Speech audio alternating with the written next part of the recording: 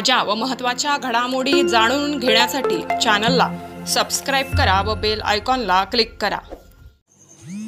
चोरीच्या इराद्याने फिरत असलेल्या भामट्यांना दुचाकी पकडताना नागरिकांनी रंगेहात पकडून दिले।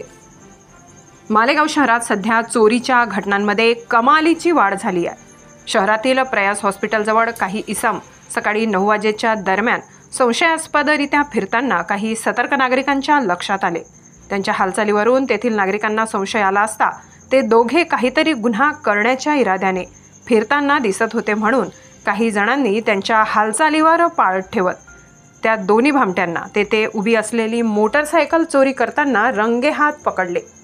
त्यांच्याबद्दल विचारपूस केली असता ते उडवाउडवीची उत्तरे देत होते। सदर परिसरातील नागरिकांनी पोलिसांना ही माहिती देऊन या दोन्ही भामट्यांना पोलिसांच्या स्वाधीन केले।